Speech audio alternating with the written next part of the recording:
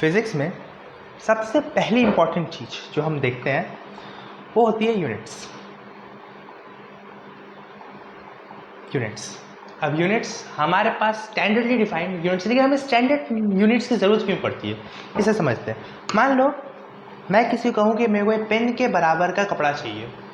अब ये पेन और ये पेन लेंथ अलग है, तो कोई कैसे डिफाइन करेगा कितने कपड़े का कितना पैसा लगेगा। मान लो कोई बोलता है एक पेन के बराबर कपड़े का 10 रुपये लगेगा। अगर मैं ये पेन लेके जा रहा हूँ, ये वाला पेन लेके जा रहा हूँ, तो मुझे इतने कपड़े मिलेंगे 10 रुपये के। कोई ये लेके जा रहा है तो उसे इतने कपड़े के 10 रुपये मिलेंगे। तो चीज़ें फिक्स नहीं हो पा रही हैं, लोगों का पर्सपेक्टिव अलग है। अगर इसी को थोड़ा सा लिख के देखें तो मान लो कोई एक इंसान है जो कि एक यूनिट लेंथ को इतना मानता है कि भाई मैं जो चलता हूँ मेरा एक कदम इतना है। कदम भी लोगों को डिपेंड करता है, कोई एक कदम में इतना डिस्टेंस चल पाता है तो बोलेगा भाई ये मेरे लिए एक कदम है, एक स्टेप है मेरे लिए। कोई किसी के पाँव लंबे लंबे हैं तो कोई इतना चलेगा, बोलेगा भाई मेरे लिए एक स्टेप ये है।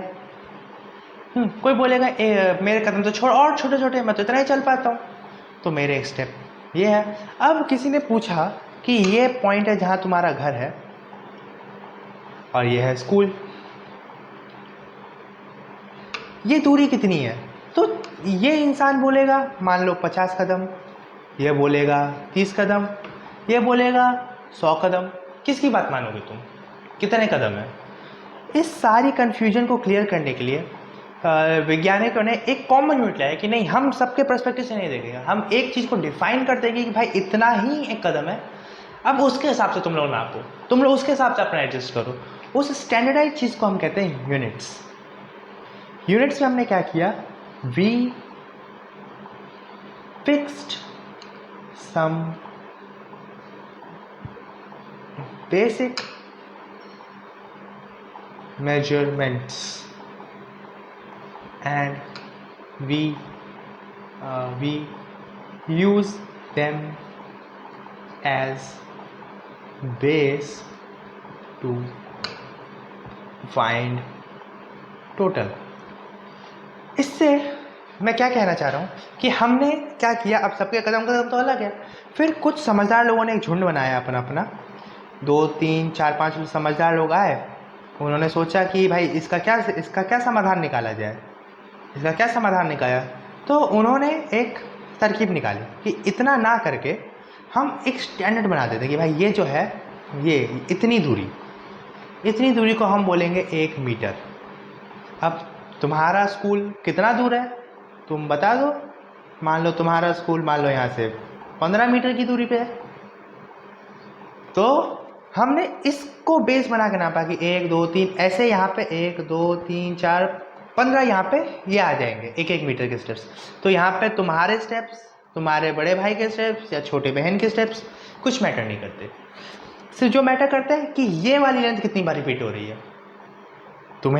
तुम अपने हिसाब से मॉडिफाई कर सकते हो, लेकिन ज़रूरत नहीं, क्योंकि कोई नहीं समझेगा।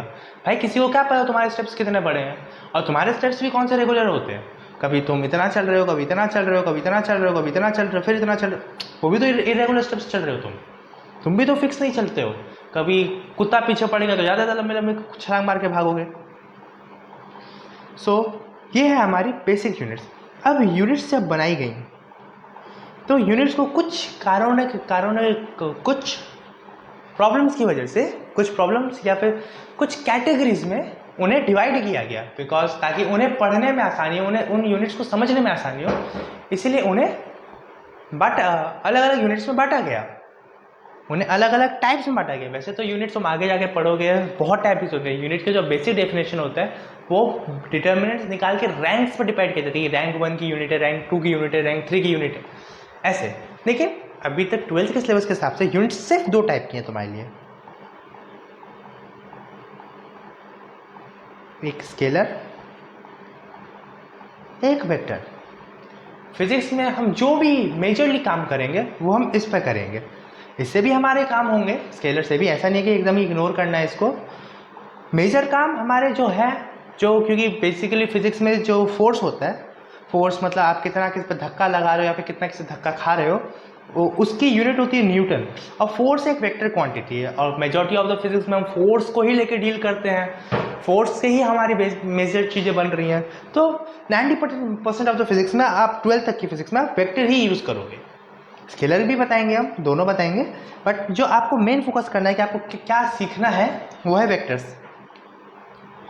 और बेसिकली वेक्टर्स आपका मैथ्स में एक इंडिपेंडेंट चैप्टर है। आप उससे स्पेस में पॉइंट्स बना सकते हो और भी उसके बहुत सारे यूजेस हैं वेक्टर्स के, कि मान लो ये X axis, Y axis, Z axis है, इसमें कोई भी पॉइंट, दो पॉइंट का बीच में आप एक जो डायरेक्शन है वो पता कर सकते हो वेक्टर्स के कारण। मैथ्स में बहुत यूज है इसके, वॉल्यूम निकाल सकते हो आप इससे एरिया निकाल सकते हो वेक्टर्स को यूज़ करके, क्रॉस प्रोडक्ट होता है, इसे स्केलर ट्रिपल प्रोडक्ट होता है, एक वेक्टर ट्रिपल प्रोडक्ट होता है, इनका यूज़ करके आप एरिया, वॉल्यूम, ऐसी चीज़ें भी निकाल सकते हो, जो कि मैथ्स का टॉपिक है। यहाँ पे हम उतना नहीं देखेंगे बिकॉज फिजिक्स में आपको उतना नहीं सिखाया जाएगा, मैथ्स वाले सर आपको सिखाएंगे ये सब। अभी यहाँ पे स्केलर और वेक्टर पे हम थोड़ा सा फोकस करते हैं कि स्केलर और वेक्टर में क्या अंतर है।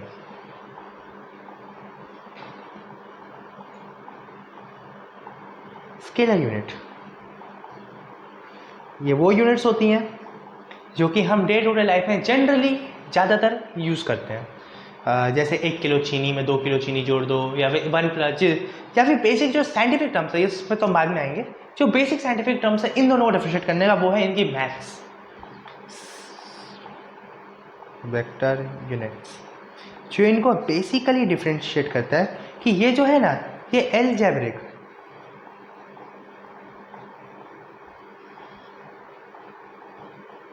मैथमेटिक्स फॉलो करते हैं। ये जो मैथमेटिक्स की ब्रांच फॉलो करते हैं वो है अलजेब्रिक मैथमेटिक्स। मतलब यहाँ पे तुमसे कोई भी पूछे 2+2 कितना होता है, हाँ, तो तुम बोलोगे 4, या फिर इसी को थोड़ा और अच्छा तरीका, जब मैं बोलूँ x की वैल्यू 2 कर दो, और पहली बात तो इसमें वैल्यू ही ऐसी दिखी जाती है, इसमें कोई भी और एक्स्ट्रा टर्म्स नहीं होता है। x की वैल्यू 2 है। अब मैं पूछूँ x+x कितना होगा, तुम बोलोगे 4 होगा। मैं y की वैल्यू को 3 सेट कर दूँ कि y की वैल्यू 3 है, अब मैं x+y करूँ तो ये कितना होगा, 5 होगा। कोई दिमाग नहीं लगाना है, मतलब दिमाग लगाना है बट एकदम सिंपल सी है। एल्जेब्रिक मैथ्स जो हम डे टू डे लाइफ में यूज़ करते हैं वही वाली मैथ्स यहाँ पे यूज हो रही है। अब वेक्टर यूनिट्स क्या है, ये स्पेशल है, ये कुछ नया है जो आज तक तुमने कभी नहीं सुना होगा। हो सकता है कईयों ने सुना होगा, बट मेजॉरिटी जो 11th में आए हैं या फिर जिन्होंने वेक्टर्स पहले नहीं पढ़ा है उनके लिए नया है। वेक्टर यूनिट्स हमारी वेक्टर एल्जेब्रा को फॉलो करती है। And by the way algebra मतलब ऐसा कुछ नहीं जो भी तुमने क्लास 6, 7, 8, 9, 10 में किया है ना, x+y = 4, x-y = 2, इसको सॉल्व करके x की वैल्यू निकालना, y की वैल्यू निकालना, जो रूल्स इसमें फॉलो होते हैं उसी को एल्जेब्रिक रूल्स बोलते हैं, इसी को एल्जेब्रा बोलते हैं। अब वेक्टर एल्जेब्रा थोड़ी सी अलग है। तुमने ऐसा कभी देखा है, हो सकता है देखा हो, इस पर कमेंट नहीं करूँगा, बट हो सकता है ना देखा हो। बट वेक्टर एल्जेब्रा में हम किसी वेरिएबल को डिफाइन करते हैं, उसके कुछ कंडीशन, जैसे हम ऊपर एक एरो लगाते हैं, हाँ, इसको हम करते हैं 3i कैप, आई से कैप्स यूज़ होते हैं इसमें, 4j caps generally, 5k cap, 5k cap, ऐसे टर्म्स इसमें। तो पहली बात तो ये एक सिंगल टर्म है, जैसे यहाँ पे x = एक सिंगल टर्म था, x के अंदर 2 रखा हुआ है, यहाँ पे x एक वेक्टर है जिसके अंदर ये सब रखा हुआ है। इनका एडिशन भी ऐसा होता है कि आप मान लो सिंपली, अगर मैं एक बात सिंपली के लिए मान लो x = 2 है और y = 3 है, x+y क्या होगा, तुम बोलोगे 5 होगा, लेकिन ये बिल्कुल गलत है। मतलब सही है, राइट है, लेकिन नॉट ऑलवेज राइट। हो सकता है x+y -1 हो सकता है x+y 0 भी हो, कुछ भी हो सकता है, any possibilities can be there. तुम कह नहीं सकते वेक्टर में क्या होगा जब तक तुम्हें इनके बीच का एंगल ना पता हो। तुम्हें इनके बीच का एंगल पता होगा, तुम इसे आराम से सॉल्व कर पाओगे। अब थोड़ी सी और बेसिक, मतलब ये तो हमने थोड़ी टेक्निकल टर्म्स में बात की कि कैसे रिप्रेजेंटेशन होता है, कैसे क्या होता है। अब हम देखते हैं कि बेसिकली मैं क्या कहना चाह रहा हूँ, एक आम भाषा में क्या कहना चाह रहा हूँ मैं। तो मान लो ये एक कंटेनर है, ठीक है, ये एक कंटेनर है, गांव वगैरह में होता है ना, जिसमें वो टैंक जो रहता है जिसमें ग्रेन्स स्टोर करके रखते हैं, मान लो वही है, ठीक है। यहाँ पे इसके एक बॉक्स है निकालने के लिए, जहाँ से हम वो निकाल सकते हैं। अब एक इंसान आया, इसने 20 किलो गेहूं इसमें डाल दिया। अब मैं तुमसे पूछूं कि इसमें कितना गेहूं है, तुम क्या बोलोगे, भैया 20 किलो डाला है तो 20 किलो ही होगा। मैंने बोला बहुत बढ़िया। इस इंसान ने कहीं और से गेहूँ जुगाड़ा। इस किसान ने, ये इसके अपने खेत का गेहूँ था, ये इसने पड़ोसी के खेत से चुरा के लेके आया। वो वाला गेहूँ डाला इसमें, ये डाला इसने 30 किलो। तो अब मैं पूछूं इसमें कितना गेहूं हो गया टोटल, तुम बोलोगे 20 किलो था, 30 किलो डाल दिया, टोटल 50 किलो हो गया। बहुत बढ़िया। अब इसने अपने एक दोस्त को बोला कि मेरे को थोड़ा सपोर्ट कर दो, मेरे को गेहूं चाहिए। तो इसका एक दोस्त आया, उसने इसमें अपने 15 किलो गेहूं डाल दिए। बहुत बढ़िया बात है, 15 किलो गेहूं और डाल दिए इसमें। तो टोटल कितना हो गया, तुम बोलोगे 50 था, 15 जोड़ दो, 65 किलो हो गया। अब रात को सोने चले गए, एक चोर आया, वो ऊपर से ही, ऊपर का ढक्कन खोल के 20 किलो की बाल्टी गेहूं भर के ले गया। तो 20 किलो गेहूं वो लेके चल गया यहाँ से। अब यहाँ पे कितना गेहूं बचेगा, 45 किलो गेहूं बचेगा। बोलोगे एकदम सही बात। अब सुबह एक आया ईमानदार आदमी, इनसे गेहूं खरीद के लेके गया। अब गेहूं खरीद के लेके गया तो इन्होंने यहाँ से, जो सामने खुला रहता है कंटेनर, वहाँ से इन्होंने अपना 10 किलो गेहूं बेच दिया। अब इनके पास कितना गेहूं बचा, 35 किलो गेहूं बचा। तो हमने इतना ये गेहूं निकाला, जोड़ा, जो भी किया, इसमें हमने कहीं भी दिमाग नहीं लगाया कि भाई गेहूं किस टाइप का गेहूं है, कि गेहूं चुराया हुआ गेहूं है, बेचा हुआ गेहूं है, निकाला हुआ गेहूं है, डाला हुआ गेहूं है। हम सिंपल कर रहे हैं, गेहूं आ रहा है तो हम प्लस कर रहे हैं, जा रहा है तो हम माइनस कर रहे हैं। हम इसमें कुछ नहीं देख रहे हैं, सिर्फ हम इतना देख रहे हैं गेहूं आ रहा है कि जा रहा है। आ रहा है तो प्लस, जा रहा है तो माइनस, सिंपल। लेकिन यहीं पे अगर हम किसी और चीज़ पे फोकस करें, मान लो यहाँ पे ये ज़मीन है, ज़मीन पे ये गाड़ी है, मान लो ये गाड़ी है, नीचे 2 टायर हैं, ठीक है, ये शीशा, ये दूसरा शीशा, ठीक है, ये गाड़ी नहीं लग रही है, बट ठीक है, मान लो ये गाड़ी एक बार के लिए। अब ये गाड़ी का तेल ख़त्म हो गया, गाड़ी का पेट्रोल ख़त्म हो गया। तुम यहाँ पे गाड़ी को धक्का दे रहे हो तो गाड़ी किधर जाएगी, इधर जाएगी गाड़ी। अब धक्का दे रहे हो मतलब तुम फोर्स लगा रहे हो, जैसे मैंने पहले बोला था फोर्स की यूनिट होती है न्यूटन। अब तुम यहाँ से 5 न्यूटन का फोर्स लगा रहे हो तो गाड़ी पे जो इफेक्ट पड़ेगा वो भी 5 न्यूटन के हिसाब से पड़ेगा। ऑफकोर्स गाड़ी पर फोर्स नहीं लगेगा, लेकिन एक्सेलरेशन वगैरह होगा, गाड़ी चलने लगेगी, स्पीड अप करने लगेगी गाड़ी, वो सब को ना इग्नोर करके मानते कि एक इफेक्ट पड़ेगा जिस पर नेट होगा 5 न्यूटन का ही इफेक्ट पड़ रहा है। तुमने 5 को धक्का लगाया, 5 के हिसाब से गाड़ी आगे बढ़ेगी। अब तुमने अपने दोस्त को बुलाया, भाई गाड़ी ख़त्म हो गई है, धक्का दे दे। तुम्हारा एक दोस्त आया जो थोड़ा सा हट्टा कट्टा है, हाँ, इसने धक्का लगाया 10 न्यूटन का।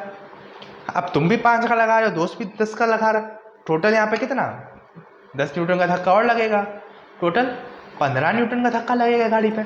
मतलब गाड़ी 15 न्यूटन का इफेक्ट दिखाएगी, जो 5 में दिखाई थी वो 15 का दिखाएगी। लेकिन अब जो तुमने दोस्त बुलाया, भाई ये दोस्त अगर इसी सिनेरियो में दोस्त होता मंदबुद्धि, वो क्या करता, तुम तो यहाँ से धक्का लगा रहे हो, यहाँ से गाड़ी पे, दोस्त चल गया इधर खड़ा हो गया, तुम लगा रहे हो 5 का धक्का, दोस्त हट्टा कट्टा दोस्त लगा रहे 10 का धक्का। अब क्या होगा, गाड़ी उल्टा तुम्हारी तरफ आएगी, इधर गाड़ी तुम्हारी तरफ भाग के आएगी, वही 5 धक्के के हिसाब से। क्या यहाँ पर तो हमने देखा कि 5 और 10 मिलके 15 हुए, लेकिन क्या 5 और 10 मिलके यहाँ 15 हुए, नहीं, यहाँ 5 और 10 मिलके -5 हुए, मतलब उल्टी डायरेक्शन में 5 हुए। माइनस का भी ध्यान मत दो, माइनस का हम बाद में आएंगे, बट इतना समझो कि जो 5 में वो चाह रहा था उसके उल्टे डायरेक्शन में 5 उल्टा लग रहे हैं उसको, तो उसका 5 और लगाना पड़ेगा गाड़ी रोकने के लिए, तब जाके गाड़ी रुकेगी। यहाँ पर जब हम डिस्कस कर रहे थे कि हमको ना कुछ नहीं देखना है कि भाई कौन डाल रहा है, कितना डाल रहा है, कैसे डाल रहा है, साइड से डाल रहा है, लेफ्ट से डाल रहा है, ऊपर से डाल रहा है, फर्क ही नहीं पड़ रहा है। दोस्त डाल रहा है कि तुम्हारा चुराया हुआ सामान है, फर्क नहीं पड़ रहा है, डाल रहे हो तो प्लस, निकाल रहे हो तो माइनस। इस टाइप की क्वांटिटीज को हम बोलते हैं स्केलर क्वांटिटी।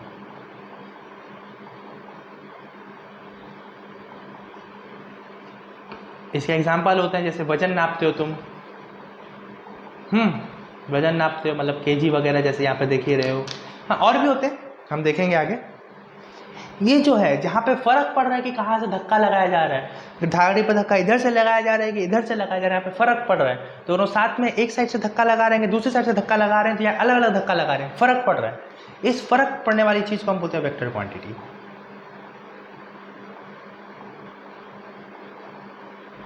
वेक्टर क्वांटिटी फर्क पड़ा है। इसका एग्जांपल है फोर्स, जो कि फिजिक्स में बहुत ज़्यादा यूज होगा। मेजॉरिटी क्वांटिटीज तुम्हारी वेक्टर ही होंगी यहाँ पे, नहीं कुछ स्केलर भी होंगी, जैसे वर्क वगैरह स्केलर होती हैं, वर्क वगैरह स्केलर होती हैं, लेकिन टॉर्क वगैरह जो होती हैं आगे जाके पढ़ोगे, नाम नहीं सुना है तो कोई टेंशन नहीं है, ये आगे आगे सब पढ़ोगे तुम, ये स्केलर होती हैं, ये वेक्टर होती हैं। हाँ ये है। अब हम इतना बात किया हमने, हम ये वेक्टर पढ़ ही क्यों रहे हैं? आ रहा होगा में भाई फिजिक्स है, पहला चैप्टर काइनेमेटिक्स होता है, वहाँ से शुरू करो।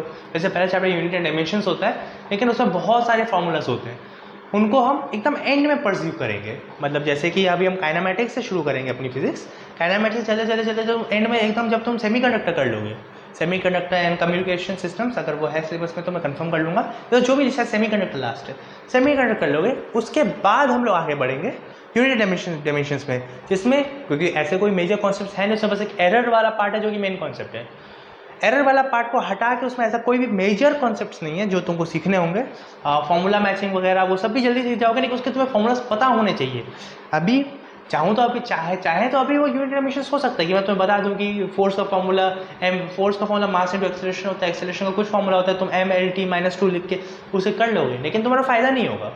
एंड में जाओगे तुम्हें सारे फॉर्मूलाज पता होंगे, तुम सिर्फ कॉन्सेप्ट पे फोकस करोगे। अभी तुम्हें फॉर्मूलाज और कॉन्सेप्ट दोनों पे फोकस करना पड़ेगा। बेटर हम पहले सारे फॉर्मूला सीख लेते हैं, लास्ट में एरर करेंगे। इट्स लाइक पहले हम थ्योरी पढ़ लेते हैं, थ्योरी या एक्सपेरिमेंट कर लेते हैं, बाद में हम देखेंगे कि हमारे कितने एरर के चांसेस हैं, यहाँ पे एरर हो रहा है तो हम उसे कैसे देखें। पहले काम कर लेते हैं, फिर हम एरर देखेंगे, ठीक है।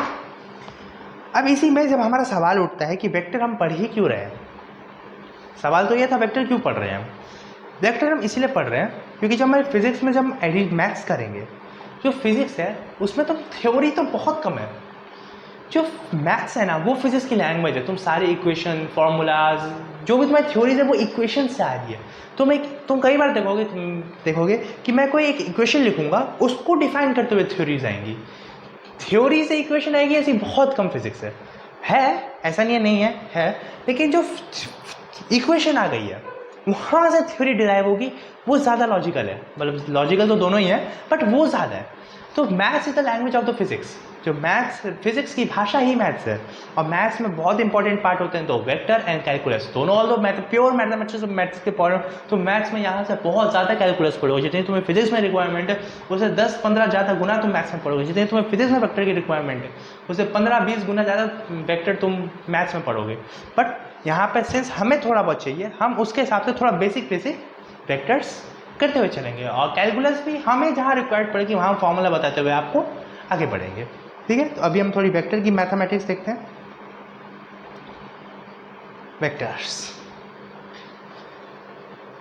वेक्टर्स क्या होते हैं?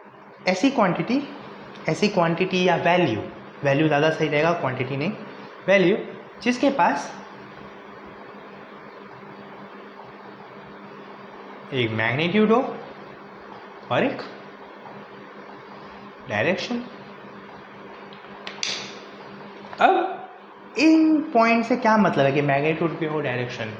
मैंने बोला 3 मीटर चलो मतलब वॉक, 3 मीटर वॉक करो।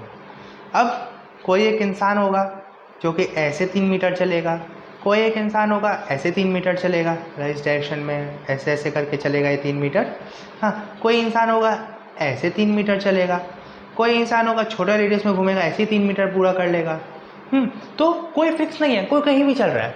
अब मानो मैंने किसी को इंस्ट्रक्शंस दिया कि 3 मीटर चलोगे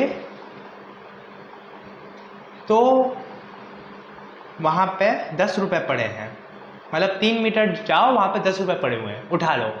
अब तुम यहाँ हो, 3 मीटर कहाँ 10 रुपये पड़े तुम्हें कैसे पता होगा? इधर भी 3 मीटर हो सकते हैं, इधर भी 3 मीटर हो सकते हैं, इधर भी 3 मीटर हो सकते हैं, इधर भी 3 मीटर हो सकते हैं, इधर भी करोड़ों पॉसिबिलिटीज़ है। एक एंगल 0.1 डिग्री पे तुम्हारा डायरेक्शन चेंज हो रहा है, तुम कैसे पता करोगे? इस चीज़ को सॉल्व करती है वेक्टर्स, इस चीज़ को सॉल्व करती है वेक्टर्स। अब मानो मैंने बोला था 3 मीटर चलोगे तो वहाँ पे तुमको 10 रुपये मिलेंगे, मैंने इस स्टेटमेंट को चेंज करके एक अलग स्टेटमेंट दिया कि 3 मीटर ईस्ट में चलो तो तुम्हें 10 रुपये मिलेंगे। तो अब तुम्हारे पास एक क्लियर डायरेक्शन है, तुम यहाँ खड़े हो, तुम्हें अपने ईस्ट के साइड 3 मीटर चलना है, तुम्हें 10 रुपये मिल जाएंगे। क्लियर है? तो ये जो फॉर्मेट हुआ डायरेक्शन बताने का, लोकेशन बताने का कि 3 metre east, 2 metre north, 5 metre south. Although हम नॉर्थ ईस्ट साउथ बहुत कम यूज़ करेंगे, हम आई कैप जे कैप ये क्या होते हैं बाद में पता चलेगा, हम उसे यूज़ करेंगे। तो ये जो प्रैक्टिस हुई, जो हमने ये प्रैक्टिस की कि 3 मीटर ईस्ट में चलो तुम्हें 10 रुपये मिलेंगे, इस प्रैक्टिस को हम बोलते हैं वेक्टर्स।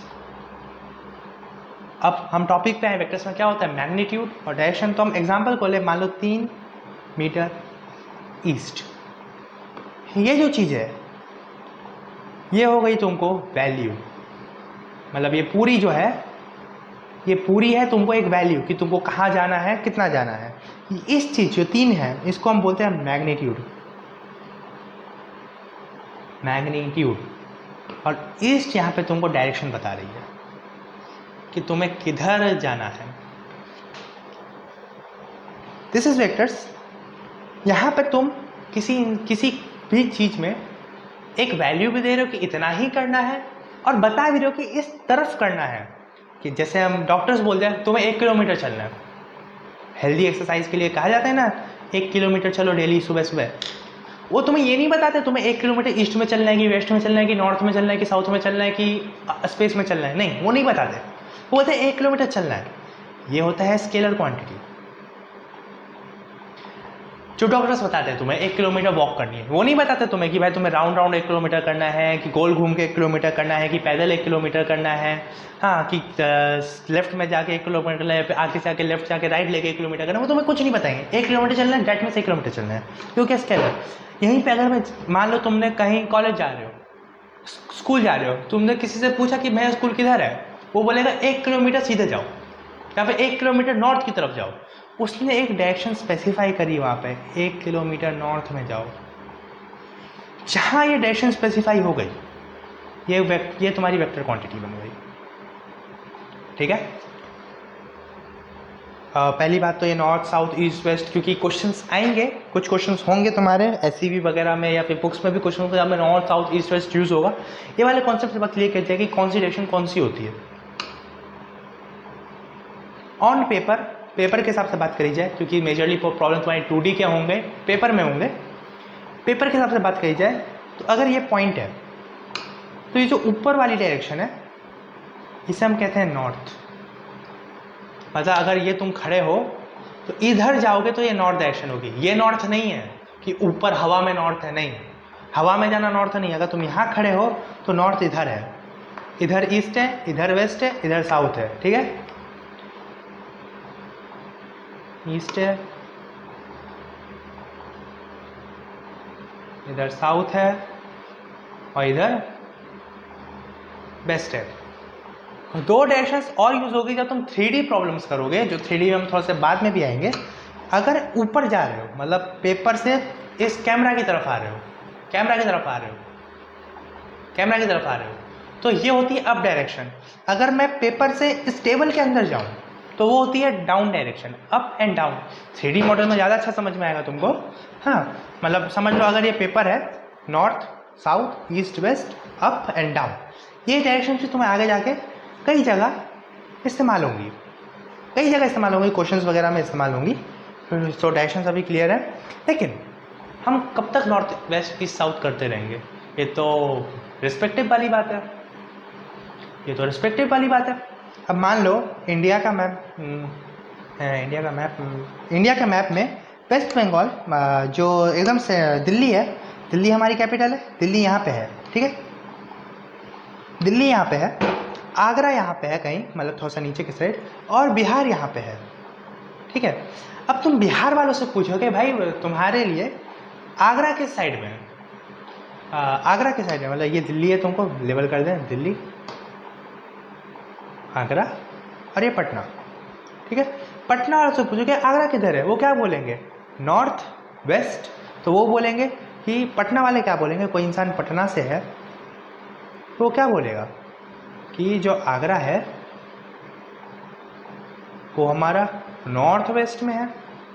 बिल्कुल सही बात। दिल्ली कहाँ है? वो नॉर्थ में है हमारे, बिल्कुल यही बोलेगा वो, बिल्कुल। तुम बोलोगे हाँ एकदम सही बात है। वहीं जब कोई आगरा का इंसान बोलेगा, कोई आगरा का इंसान बोलेगा कि पटना कहाँ है, वो बोलेगा पटना हमारे साउथ ईस्ट में है, तो वो बोलेगा पटना कहाँ है, साउथ ईस्ट में है। हाँ, और दिल्ली कहाँ है, दिल्ली हमारे नॉर्थ ईस्ट में है। अब देखो, पटना वालों के लिए दिल्ली नॉर्थ में है, आगरा वालों के लिए दिल्ली नॉर्थ ईस्ट में है, वेयर एज दिल्ली के लिए पटना साउथ में है और आगरा साउथ वेस्ट में। तो ये तो रिस्पेक्टिव वाला फ्रेम ऑफ रेफरेंस वाला बात हो गया कि कौन कहाँ है वो अपने हिसाब से देखेगा, कौन कहाँ है वो अपने हिसाब से देखेगा। अब मैं अगर ये डायग्राम बना दूँ, एक इंसान को यहाँ खड़ा कर दूँ, एक इंसान को यहाँ खड़ा कर दूँ, जो यहाँ खड़ा है वो बोलेगा ये 6 है, जो यहाँ खड़ा है वो बोलेगा ये 9 है। जबकि फिजिक्स तो दोनों साइड से बराबर लगनी चाहिए ना। फिजिक्स का तो काम ही ये है कि वो चाहे यहाँ से देखे, चाहे यहाँ से देखे, चाहे ऊपर से देखे, उसे ये एक ही चीज़ दिखाई देनी चाहिए। फिजिक्स तो ऐसा नहीं कर सकती कि तुम यहाँ से देखोगे तो तुम्हें 6 दिखाई देगा, यहाँ से देखोगे तो तुम्हें 9 दिखाई देगा, चलो हम ये दोनों मान लेते हैं। नहीं, फिजिक्स का काम है दोनों को एक साथ लेके आना। हाँ, तो हम ये जो टर्मिनोलॉजीज है नॉर्थ ईस्ट वेस्ट साउथ, ये हम बहुत ज़्यादा यूज़ नहीं करेंगे। हम यूज़ करेंगे ग्राफिकल सिस्टम्स, जहाँ पे हम ग्राफ्स का इस्तेमाल करेंगे। सो अगर थोड़ा सा वेक्टर से थोड़ा हट के, अभी हम लोग वेक्टर से थोड़ा हट के ग्राफ के ऊपर थोड़ा सा घुसे हम लोग अब। तो ग्राफ में जैसा सबको पता है, इसको हम बोलते हैं एक्स एक्सिस, इसको हम बोलते हैं वाई एक्सिस। अभी हम 2D की बात कर रहे हैं, 3D में अभी हम उतना नहीं जा रहे, बेसिक 2D में ही बात कर रहे हैं हम। हाँ, अभी हम 2D में ही बात कर रहे हैं। ये होती है एक्स एक्सिस, ये होती है वाई एक्सिस। हम सारे पॉइंट्स को यहाँ पे एक, मान लो यहाँ पे पटना हम प्लॉट कर देते हैं, यहाँ पे आगरा प्लॉट कर देते हैं, यहाँ पे दिल्ली प्लॉट कर देते हैं। अब हम तीनों को एक कॉमन पॉइंट से देख पाएंगे कि तुम एक्स एक्सिस से इतना ऊपर चलोगे, वाई एक्सिस से इतना दूर चलोगे तो तुम्हें पटना मिल जाएगा। एक्स एक्सिस से एक पर्टिकुलर डिस्टेंस चलोगे, वाई से इतना चलोगे तो तुम्हें दिल्ली आगरा मिल जाएगा, और ऊपर चलोगे थोड़ा और आगे चलोगे तो तुम्हें दिल्ली मिल जाएगा। हम इसे एक स्टैंडर्डाइज कर सकते हैं कि तुम चाहे यहाँ से देखो तो भी इसका यही पॉइंट्स है, यहाँ से देखो तो भी इसका ये पॉइंट्स होगा, यहाँ से देखो तो भी इसका ये पॉइंट्स होगा। अब ये पॉइंट्स निकालते कैसे, इसके बारे में थोड़ा बेसिक्स में बात करते हैं हम लोग। मान लो ये है तुमको वाई एक्सिस वाली लाइन, ठीक है। अब वाई एक्सिस वाली लाइन से कोई कितना दूर है, अगर कोई वाई एक्सिस वाली लाइन से राइट की तरफ है और कुछ मान लो वाई डैश डिस्टेंस पे है, तो इसका जो वाई कोऑर्डिनेट होगा ना, इसको हम बोलेंगे वाई डैश। ये जो डिस्टेंस है ये होती है वाई डैश। या फिर इसे और बेटर तरीके से एक्सप्लेन करने के लिए अगर मैं बात बोलूँ तो थोड़ा और बेटर, थोड़ा जगह लेके एक्सप्लेन करा जाए इसको, इसको तो ज़्यादा बेटर जगह लेके एक्सप्लेन करा जाए, ज़्यादा सही होगा। हाँ, ये हमारा ग्राफ है वाई एक्स। हम यहाँ पे किसी भी एक पॉइंट को एक नाम देते हैं, एक नंबर देते हैं। वो नंबर मान लो एक बार के लिए x1, y1 है, तो ये जो नंबर है ना, ये कुछ रिप्रेजेंट करता है। ये जो x1 है ये तुमको डिस्टेंस बता रहा है इसकी इस लाइन से, ये पॉइंट का ये जो डिस्टेंस होगा इसको हम बोलेंगे x1, मतलब ये वाली जो दूरी है इसको हम बोलेंगे x1। सिमिलरली ये जो दूरी है इसको हम बोलेंगे y1। तुम्हें कोई भी पॉइंट दिया जाए a, b करके कोई भी पॉइंट हो, तो a जो है, जो पहला वाला है, ये x एक्सिस से दूरी है, ये जो है ये y एक्सिस से दूरी है। अब जरूरी नहीं है पॉइंट इधर हो, पॉइंट इधर भी हो सकता है, इधर भी हो सकता है, इधर भी हो सकता है। इसे देखने के लिए, इसे रिप्रेजेंट करने के लिए हम यहाँ पे प्लस माइनस का साइंस यूज़ करते हैं कि हमने मान लिया यहाँ पे सारा पॉइंट 0, 0 है। तुम जब इधर बढ़ोगे तो यहाँ पे x पॉजिटिव में बढ़ेगा, यहाँ पे y पॉजिटिव में बढ़ेगा, यहाँ y नेगेटिव में जाएगा, यहाँ x नेगेटिव में जाएगा, ठीक है। ये y है और ये -x है, ये -y है, ठीक है। अब सिमिलरली आपको तो और अच्छे से एलेबोरेट करें हम, तो यहाँ पे हमने एक पॉइंट डिस्कस किया था x1, y1, x1, y1।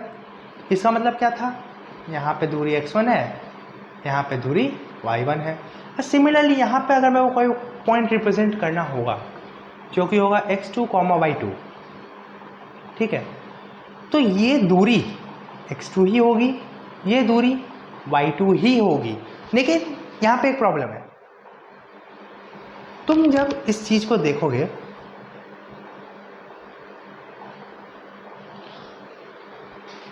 तुम जब इस चीज को पॉइंट को जब प्रैक्टिकल एग्जांपल देखोगे, तुम्हें ये पॉइंट जो दिखे हैं ना, ये दिखेंगे तुम्हें 1,2 या फिर 3,4 या 6,9, तुम्हें ऐसे पॉइंट दिखेंगे जहाँ पे x भी पॉजिटिव होगा, y भी पॉजिटिव होगा।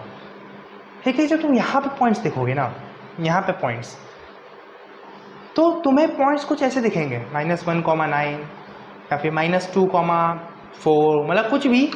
यहाँ पे एक नेगेटिव वैल्यू होगी, कॉमा यहाँ पे एक पॉजिटिव वैल्यू होगी। इसका रीज़न ये है कि तुम यहाँ से इधर जब जा रहे हो, जब तुम इस साइड बढ़ रहे हो या इस साइड बढ़ रहे हो, तुम अपनी एक्सिस को पॉजिटिव मान रहे हो, और तुम इधर बढ़ रहे हो तो तुम नेगेटिव मान रहे हो।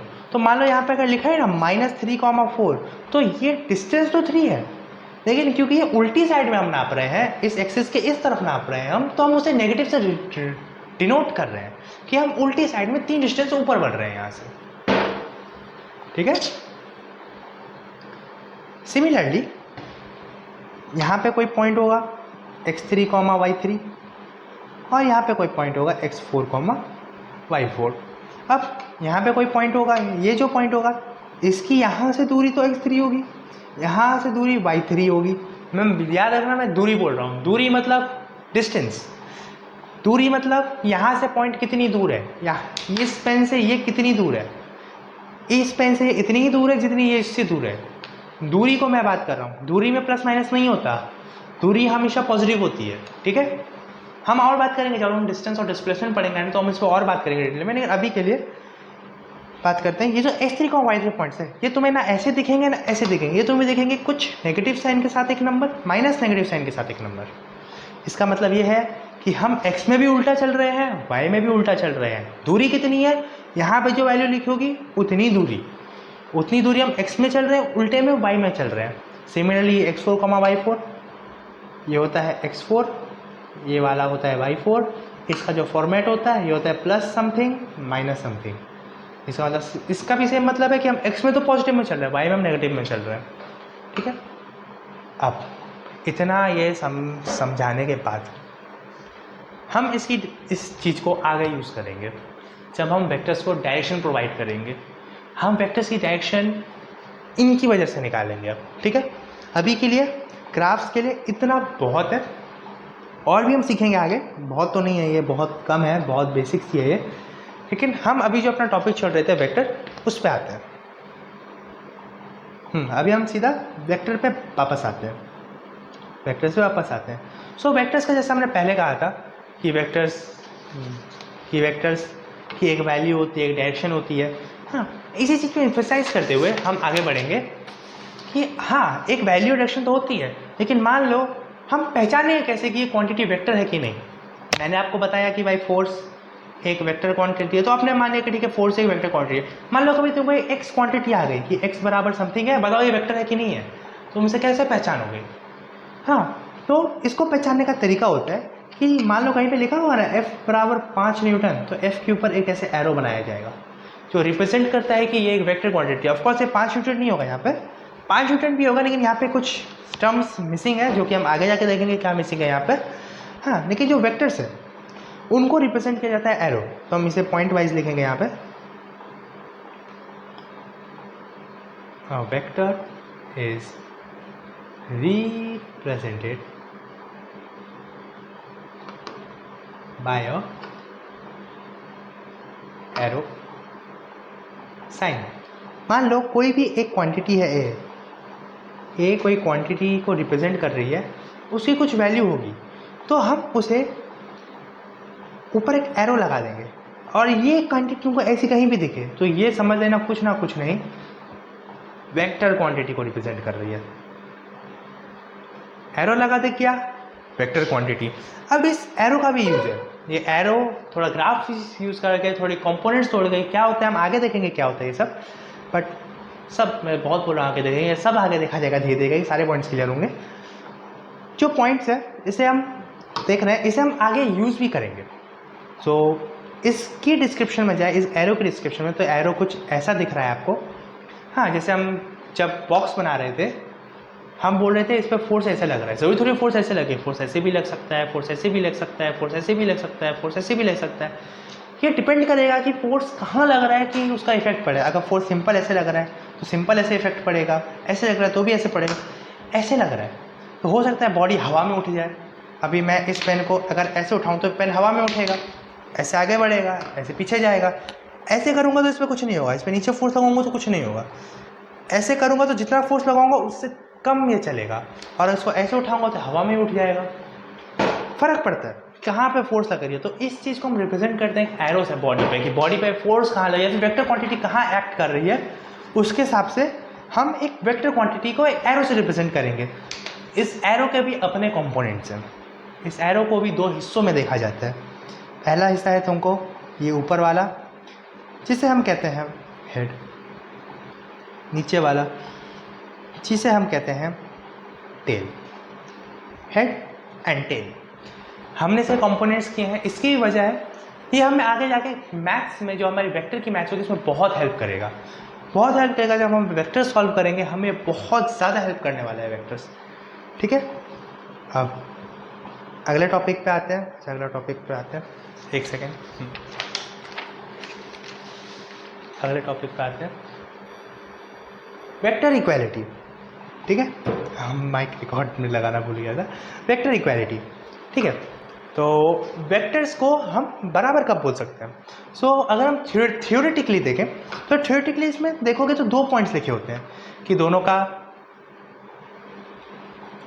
डायरेक्शन सेम हो और दोनों का मैग्नीट्यूड सेम हो।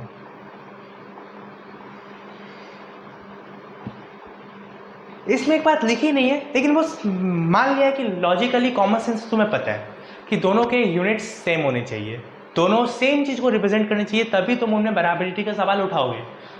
तुम 1 मीटर को 1 किलोमीटर से कंपेयर नहीं कर सकते। तुम नहीं बोल सकते 1 किलोमीटर बड़ा है कि 1 किलोमीटर बड़ा है कि 1 किलो बड़ा है, क्योंकि दोनों अलग अलग चीज़ों को रिप्रेजेंट कर रहे हैं। तुम दोनों को बोल ही नहीं सकते कि कौन बड़ा है कौन छोटा है या दोनों बराबर है या नहीं।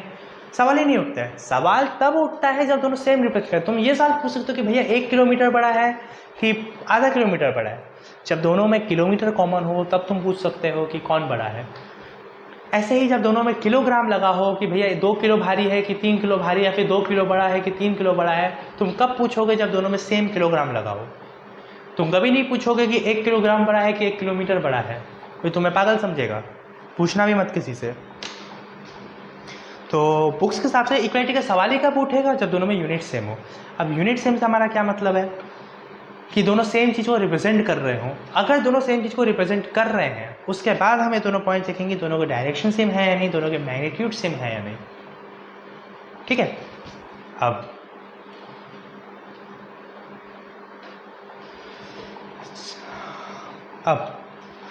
मान लो तुम्हें कहा गया कि फोर्स है 3 न्यूटन ईस्ट में लग रहा है और फोर्स है 2 न्यूटन वेस्ट में लग रहा है। क्या ये दोनों बराबर है? तुम सीधा बोलोगे क्या पागल वाली बातें कर रहे हो, 3 न्यूटन 2 न्यूटन बराबर कैसे होगा, ये वाला बड़ा है। अब कौन बड़ा है कौन छोटा है ये हम बाद में देखेंगे। हाँ, कौन बड़ा है कौन छोटा है इस पर डिस्कशन हम थोड़ा सा आगे जाके करेंगे। जब थोड़ी वेक्टर्स आ जाएगी तब हम इस पर डिस्कशन करेंगे कि कौन बड़ा है कौन छोटा है। हाँ, लेकिन क्लियरली एज फॉर नाउ जितना हमें पता है, जितना हमारा कॉमन सेंस कह रहा है, ये दोनों इक्वल तो नहीं है। ये दोनों इक्वल तो नहीं है। सिमिलरली अगर मैं एक और फोर्स बनाऊँ, force equal to 4 newton west में ही 4 न्यूटन लग रहा है। क्या ये दोनों मतलब ये 2 न्यूटन और 4 न्यूटन वाला बराबर है? तुम बोलोगे भैया फिर पागल वाली बातें कर रहे हो, ये 2 न्यूटन है ये 4 न्यूटन है, बराबर कैसे हो जाएगा? 2 और 4 बराबर थोड़ी होते हैं। मैंने बोला बिल्कुल सही, कॉमन सेंस एकदम एट इज पीक। अच्छा, यहाँ पे क्या था? यहाँ पे डायरेक्शन अलग था। यहाँ पे क्या था? यहाँ पे मैग्नीट्यूड ही अलग था। ठीक है, अब हम मान लो मैंने लिख दिया यहाँ पे कि भाई मान लो मैंने यहाँ पे लिख दिया 4 न्यूटन साउथ। अब यह है थोड़ा सा पूछने वाला सवाल, यहाँ पे भी 4 न्यूटन है, यहाँ पे भी 4 न्यूटन है, क्या ये दोनों बराबर है?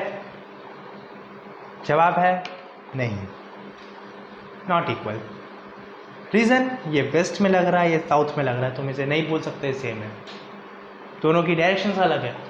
यहाँ पे हो सकता है कुछ मुझे कंफ्यूज हो कि भैया 4 न्यूटन धक्का इधर लगाओ या इधर लगाओ, सॉरी इधर लगाओ या इधर लगाओ, क्या फ़र्क पड़ रहा है? फिजिक्स में फ़र्क पड़ेगा। तुम किसी बॉडी पे मान लो धरती पे रखी हुई है, तुम इधर फोर्स लगाओ तो बॉडी मूव नहीं करेगी, और ये जबकि इधर फोर्स लगाओ तो बॉडी मूव करेगी।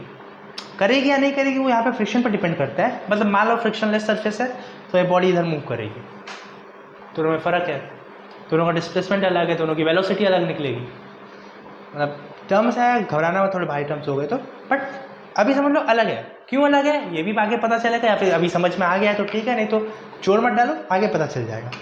अगर मेरे को कोई बराबर फोर्स लिखना है तो मेरे को यही लिखना पड़ेगा 4 न्यूटन साउथ, तभी मैं कह पाऊँगा कि हाँ ये दोनों बराबर है, दोनों का डायरेक्शन सेम है, मैग्नीट्यूड सेम है, तभी मैं कह पाऊँगा ये फोर्स बराबर है।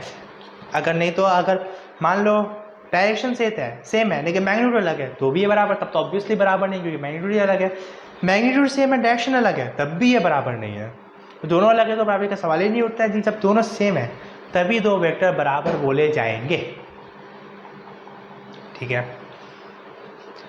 हमने इतना प्रॉब्लम्स उठाए वेक्टर की। हमने बोला भाई डायरेक्शन है, मैग्नीट्यूड है, क्या डायरेक्शन मैग्नीट्यूड चल रहा है, क्यों चल रहा है, हम एक एरो बना रहे हैं, क्यों बना रहे हैं, क्या कर रहे हैं।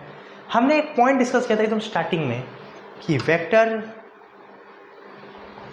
जो ऐड होते हैं वो 2 + 2 4 हो, ये ज़रूरी नहीं है, नॉट नेसेसरी, ज़रूरी नहीं है। इसमें ऐसा क्या स्पेशल हो रहा है कि 2 और 2 4 नहीं हो रहे? क्यों नहीं हो रहे 2 और 2 4? हमने तो हमेशा पढ़ा है 2 और 2 4 हो गए। क्यों नहीं हो रहा है यहाँ पे 2 और 4? यहाँ पे क्यों ये है कि 2 और 2 4 भी हो सकते हैं, 2 और 2 0 भी हो सकते हैं, 2 और 2 1 भी हो सकता है। क्यों ऐसा हो रहा है? क्यों ऐसा हो रहा है? क्योंकि वेक्टर्स को जोड़ने के कुछ लॉज होते हैं, वेक्टर को जोड़ने के कुछ लॉज होते हैं। ट्रायंगल लॉ ऑफ एडिशन भी होता है, बहुत सारे लॉज होते हैं, नाम पे नहीं जाएंगे हम, नाम पे जाने से कोई ऐसा फ़ायदा नहीं होगा हमको। नाम पे जाने से हमको कोई ऐसा फ़ायदा नहीं होगा। हम सीधा आते हैं एडिशन ऑफ द वेक्टर्स। हमने बेसिक पर्पस ही स्टार्ट किया था, हमने स्केलर और वेक्टर को अंतर ही साइंटिफिकली इसी बेसिस पे किया था कि भाई एक एरिथमेटिक लॉस फॉलो कर रहा है, एक वेक्टर लॉस फॉलो कर रहा है। तो ये वेक्टर लॉस ऑफ एडिशन है क्या? Addition, vector laws of addition. Vector laws of addition में सबसे पहला आता है, दोनों लॉज एक ही है बेसिकली, तो पहले मैं तुमको बेसिक बताता हूँ, नाम मैं बाद में बता दूंगा, ठीक है? उसको बताने के सिवा भी मैं पहले दूसरा काम करना चाहूँगा। मान लो तुम यहाँ खड़े हो, ठीक है, यहाँ खड़े हो, मैंने बोला 3 किलोमीटर ईस्ट में चलो, तुम 3 किलोमीटर ईस्ट में चल गए, ठीक है। वो 2 किलोमीटर नॉर्थ में चलो, तुम यहाँ से 2 किलोमीटर नॉर्थ में चले गए। मैं पूछूँ टोटल तुम कितना चले? 2 किलोमीटर तुम एक 2 की जगह इसको 4 कर लेते हैं, 4 किलोमीटर इसको काटो, 4 किलोमीटर तुम नॉर्थ में चले। अब मैं पूछूं तुम अपनी ओरिजिनल जगह से कितनी दूर हो? तुमने जहाँ से शुरू किया था वहाँ से वहाँ से तुम कितनी दूर हो? तुम बोलोगे भैया ये वाली डिस्टेंस, ये डिस्टेंस दूर हूँ मैं, तो ये डिस्टेंस तुम कैसे निकालोगे? ऑफ कोर्स थोड़ी बहुत ट्रिग्नोमेट्री लगा, जैसे ट्रिग्नोमेट्री का भी अगर तुम्हें नहीं पता है तो ये पाइथागोरस थ्योरम होता है। पाइथागोरस थ्योरम थोड़ा सा यहाँ पे बता दिया जाए।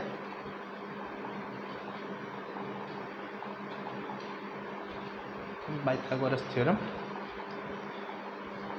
ये कब अप्लाई होता है? एक राइट एंगल ट्रायंगल पर। राइट एंगल ट्रायंगल मतलब जब यहाँ पे एक एंगल 90 डिग्री हो, बाकी कुछ भी हो फर्क नहीं पड़ता है, ये अल्फा हो, ये बीटा हो, अल्फा बीटा कोई भी वेरिएबल्स है, कुछ भी हो सकता है। 10 वैसे ट्रायंगल का एक बेसिक लॉ होता है, सबसे पहले ट्रायंगल का एक बेसिक लॉ होता है कि sum of all angle is 180 degree.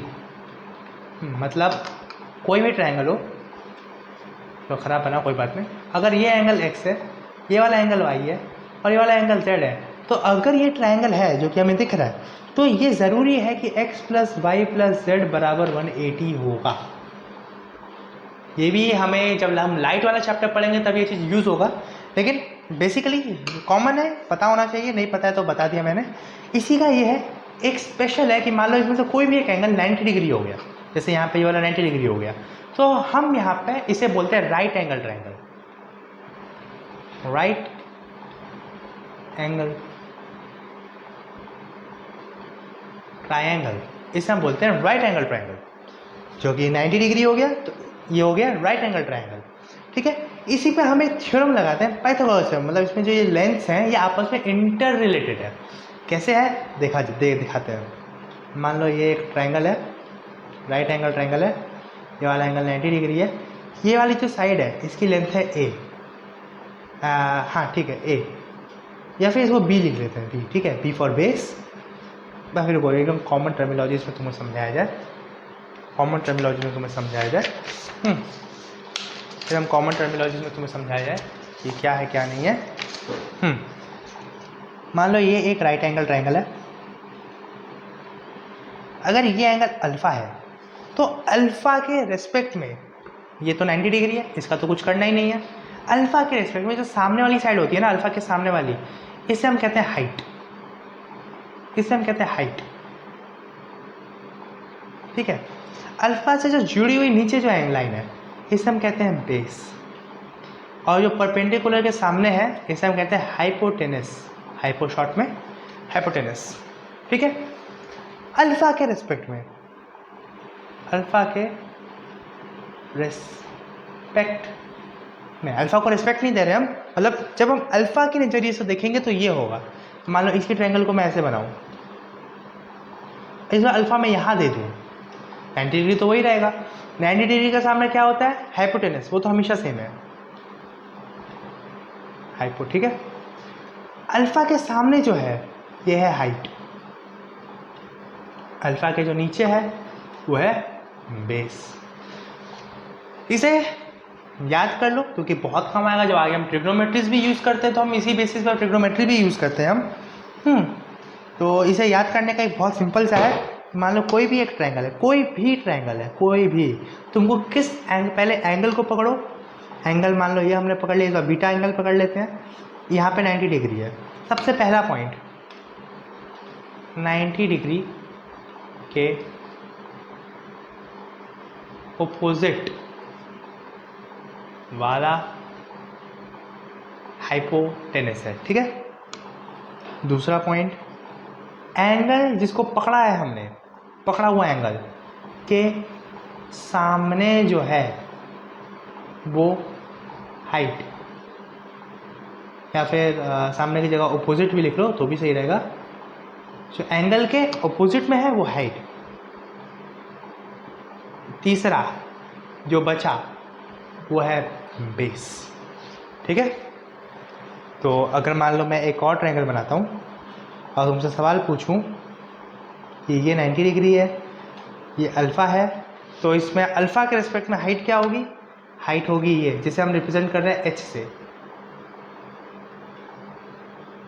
ठीक है, इसे हम h से रिप्रेजेंट कर रहे हैं। ठीक है, इसे स्पेशली l से रिप्रेजेंट कर रहे हैं, l मतलब हमारी हाइट, क्योंकि हाइपोटेनस को हम उससे रिप्रेजेंट करेंगे। सबसे पहले हम देखेंगे 90 डिग्री क्या है, 90 डिग्री के ऑपोजिट में क्या है ये, तो हम इसे ऐसे करेंगे कि मान लो ये ट्रायंगल हमें दिया हुआ है, इसे भूल जाओ तो देख लिए, हाँ ये ट्रायंगल हमें दिया हुआ है, हम यहाँ पे मारेंगे अल्फ़ा, और ये है 90 डिग्री तो पता हुआ है। सबसे पहले 90 डिग्री के ऑपोजिट में जो है वो हाइपोटेनस, 90 डिग्री के ऑपोजिट में हाइपोटेनस, तो इसे हम मारेंगे h, इसे हम मान लेंगे कि भाई ये दूरी h है। ठीक है, अल्फ़ा के और सामने या ऑपोजिट ये जो है ये है हमारी हाइट, इसे हम मानेंगे l, और जो तीसरी बची उसे हम मानेंगे बेस। ठीक है, अब पाइथागोरस थ्योरम क्या कहता है कि जो h है ना, h, इसका स्क्वायर करोगे ये बराबर होगा तुमको l square plus v square, ये कहता है पाइथागोरस थ्योरम, ये कहता है पाइथागोरस थ्योरम। हम इसको बताने के लिए इतना दूर आए थे। ठीक है, तो ये फॉर्मूला है याद कर लो, वैसे लोगों को पता होता है बट फिर भी याद कर लो, काम देगा आगे जाके काम दे सकता है ये, ठीक है। सो सिमिलरली अगर मैं यहाँ पे पाइथागोरस थ्योरम हमारा कंटिन्यू हो गया आगे, ठीक है। यहीं पे अगर मैं पाइथागोरस थ्योरम लगाऊँ तो मैं बोलूँगा भाई ये जो डिस्टेंस है, ये वाली डिस्टेंस, ये वाली डिस्टेंस, ये होगी तुमको 5 किलोमीटर। तुम कैलकुलेट कर लेना। अगर मैं इसे h मान लूँ, इसे b मान लूँ और इसे l मान लूँ, तो b का स्क्वायर 3 का स्क्वायर होता है 9, उसका स्क्वायर होता है 16, ये होगा 25 का रूट लोगे तो 5 आ जाएगा, ठीक है। तो ये h की वैल्यू 5 किलोमीटर। तुम बोलोगे नेट चले, अब तुम बोलोगे भैया इसमें स्पेशल क्या है, 3 चले 4 चले नेट हम 5 चले, सिंपल है। मैं बोला कुछ नहीं, तो वेक्टर्स लॉस में स्पेशल क्या है, कुछ नहीं, यही है वेक्टर लॉस ऑफ एडिशन। इसी में थोड़े से फॉर्मूलेस बना देंगे तुमको, बट जो बेसिक कॉन्सेप्ट है वो यही है, बेसिक कॉन्सेप्ट यही है। देखो अब इसी को हम थोड़ा स्टैंडर्डाइज करेंगे, ए और बी लिख देंगे तो तुम्हें अच्छा लगेगा देखने में। हाँ, अब मान लो मैं इसको ऐसे कर दूं, इसी को मान लो कोई यहाँ पे ए चला, कोई यहाँ पे बी चला, तो वो नेट कितना चला, अगर मैं इसे सी बोल दूं तो वो नेट इतना चला, सी चला। तुम बोलोगे बिल्कुल सही। हाँ, तो इसी को अगर वेक्टर के रिप्रेजेंट में लिख रहा हो तो मैं लिख सकता हूँ ए वेक्टर है, ये बी वेक्टर है, ये सी वेक्टर है। सी वेक्टर बराबर ए वेक्टर प्लस बी वेक्टर, बस हो गया। यही है वेक्टर लॉ, यही है वेक्टर लॉ, यही है वेक्टर एडिशन। वेक्टर एडिशन ऐसे ही होता है। एंगल अलग हो गए, तुम्हें ऑफकोर्स तुम इसे डायरेक्ट ऐड नहीं कर पाओगे, तुम्हें यहाँ पे कंपोनेंट्स लेने पड़ेंगे, ट्रिग्नोमेट्री लगानी पड़ेगी, बहुत सारी मेहनत करनी पड़ेगी। उसका भी शॉर्टकट है, उसका भी फॉर्मूला है, आएगा फॉर्मूला। बट बेसिक ऐसे ही समझो, तुम 3 ए कैसे चले, बी ऐसे चले, तुम नेट कितना चले, तुम सी नेट चले, बस। कई बार तुम्हें इससे भी पूछा जाएगा, इससे भी पूछा जाएगा, तो इसे करने का तरीका क्या है। कभी तुमको वेक्टर्स दिए हों और सिर्फ 2 के लिए एप्लीकेबल नहीं है ये, इसमें तुम मल्टीपल भी यूज़ कर सकते हो। मान लो फॉर एग्जांपल तुम ए इतना चाहिए, यहाँ पे ए चले, इतना में तुम बी चले, इतना में तुम सी चले, तो नेट कितना चले, ये स्टार्टिंग को यहाँ से जोड़ दो, डी चले। अब इसको बनाने का एक बहुत बेसिक रूल्स है, बहुत बेसिक रूल है कि तुमको कभी भी वेक्टर दिया हो ना, कभी भी वेक्टर दिया हो, कभी भी कैसा भी वेक्टर दिया हो, तुम एक स्टार्टिंग वेक्टर बनाओगे। स्टार्टिंग वेक्टर तो ऐसा बनेगा। अब तुम जो दूसरा वेक्टर प्लेस करोगे उसको इसकी हेड से ज्वाइन करोगे, मतलब यहाँ के हेड पे दूसरी वेक्टर का टेल आएगा। मान लो ये ए वेक्टर है, ये बी वेक्टर है, तो बी वेक्टर का जो टेल है वो ए वेक्टर की हेड पे आएगा, और जो रिजल्टेंट होगा, जो रिजल्ट आएगा वो आएगा ए की टेल से बी के हेड तक, जो लास्ट है उसके हेड तक। मतलब तुम जब तक वेक्टर्स को जब तुम स्टैक करोगे मतलब तुम वेक्टर्स को जब तक इकट्ठा करोगे, भाई पहले इतना चला, फिर इतना चला, फिर इतना चला, फिर इतना चला, फिर इतना चला, जब तक वो हिसाब लगाओगे कि भाई कहाँ कहाँ चल रहा है, जब तक पाथ ट्रेस कर रहे हो, बेटर वर्ड ये होगा, जब तक तुम उसका पाथ ट्रेस कर रहे हो तब तक तुम हेड को टेल से मिलाओगे, हेड से टेल, हेड से टेल, हेड से टेल। देखो हेड से टेल, मान लो यहाँ पे हमने देखा हेड से टेल, हेड से टेल, हेड, मतलब आगे जोड़ने का था नहीं तो नहीं। फिर जब तुम रिजल्टेंट निकालोगे तो रिजल्टेंट निकालने की तुम क्या करोगे, जो पहला वेक्टर था, फर्स्ट वेक्टर, उसकी टेल, और जो लास्ट वेक्टर था उसका हेड को ज्वाइन कर दोगे, और फर्स्ट वेक्टर की टेल से ही तुम एक टेल निकालोगे और हेड से हेड ज्वाइन करोगे, तुम्हारा काम हो जाएगा। एकदम यही होगा। इसे और अच्छी भाषा में समझे, और अच्छे बेटर वे में समझे। मान लो एक क्वेश्चन लेते हैं, एक बच्चा है जो कि 3 मीटर ईस्ट में चला, 2 मीटर नॉर्थ में चला, नॉर्थ, ठीक है, मतलब हाँ ठीक है, समझ जाओगे तुम, 2 मीटर नॉर्थ, हाँ 1 मीटर साउथ में चला, साउथ बाद में लेते हैं, नॉर्थ ईस्ट में चला, 5 मीटर वेस्ट में चला, 2 मीटर साउथ में चला। अब बताओ वो नेट कहाँ पे है, बताओ वो नेट कहाँ पे है। वैसे ऑफकोर्स ये क्वेश्चन में प्रॉपर आंसर नहीं आएगा क्योंकि हमें प्रॉपर वेक्टर्स लॉस नहीं पता है अभी, एंगल में तोड़ना नहीं आ रहा है हमें भी, बट हम इसे ऐसे भी सॉल्व कर सकते हैं। मतलब हम एक डायग्राम तो बना ही सकते हैं रिप्रेजेंटेशन के लिए। डायग्राम, हाँ डायग्राम तो बना ही सकते हैं हम रिप्रेजेंटेशन के लिए। तो हम वो जब वो डायग्राम बनाएंगे तो वो कुछ ऐसा बनेगा। पहले हम एक बच्चा बनाएंगे, मान लो ये बच्चा है, ठीक है। ये कहाँ गया, 3 मीटर ईस्ट में गया, तो लो एक वेक्टर है 3 मीटर ईस्ट। कहाँ गया, 2 मीटर नॉर्थ। अब 2 मीटर नॉर्थ ऊपर है, अब मैं 2 मीटर नॉर्थ किधर बनाऊँ, इधर बनाऊँ कि इधर बनाऊँ? आंसर है हेड से टेल मिलाना है। हेड से टेल 2 मीटर नॉर्थ में गया, 2 मीटर नॉर्थ में गया, ठीक है। अब 1 मीटर नॉर्थ ईस्ट में गया। नॉर्थ ईस्ट किधर होता है, नॉर्थ इधर है, ईस्ट इधर, नॉर्थ ईस्ट इधर होगा। तो 1 मीटर वो नॉर्थ ईस्ट में गया। तो अब मैं कैसे नॉर्थ ईस्ट बनाऊँ, ऐसे नॉर्थ ईस्ट बनाऊँ, ऐसे बनाऊँ, ऐसे बनाऊँ, कहाँ बनाऊँ? सही है, यहाँ से बनाऊँ। टेल से हेड निकालना है हमें। 1 मीटर नॉर्थ ईस्ट में गया, 5 मीटर अब वो वेस्ट में भाग गया। अब वेस्ट भी सेम, हेड से टेल निकालो, 5 मीटर वेस्ट, कुछ ऐसा। नॉट अकॉर्डिंग टू स्केल है, पहले बता दूँ, स्केल नहीं है इसमें कुछ भी, मतलब डिस्टेंस वैसी मैं रैंडमली ले रहा हूँ कुछ। फिर वो यहाँ से 2 मीटर साउथ में चला गया। 2 मीटर साउथ मतलब ऐसे। अब कोई पूछे वो नेट कितना चला, जब तुम नेट निकालोगे ना कि वो नेट कितना चला, तो तुम या तो ये याद रखो या फिर सिंपल है भाई, देखो एक ये एंड खाली है, एक ये एंड खाली है। देखो इसका हेड टेल, ये वाला वेक्टर पैक है, ये वाला वेक्टर पैक है, ये वाला वेक्टर पैक है, ये खाली, ये खाली है। इसको उल्टा करके पैक कर दो, लो इसको उल्टा करके पैक कर दो, लो यही तुम्हारा रिजल्टेंट है, आंसर है, यही तुम्हारा आंसर है। जो भी ये आएगा वही आंसर है। इतना सिंपल है, इतना ही सिंपल है वेक्टर एडिशन। इसी में जब हम इसको जब इक्वेशन वाइज छोड़ेंगे तो बन जाएगा हमारा फॉर्म्स, कि कितना फॉर्मूला है, कौन सा फॉर्मूला है, कैसा फॉर्मूला है, उस पर भी हम आएंगे। डेफिनेटली हम उस पर आएंगे, हम छोड़ेंगे नहीं उसको, उस पर भी आएंगे। लेकिन ऐसे सवाल भी आते हैं कि इसमें और डिस्टेंस वाइड के इसमें कार बची जा कार ऐड कर देंगे, तुमसे नेट डिस्प्लेसमेंट पूछ लेंगे, नेट वेलोसिटी पूछ लेंगे।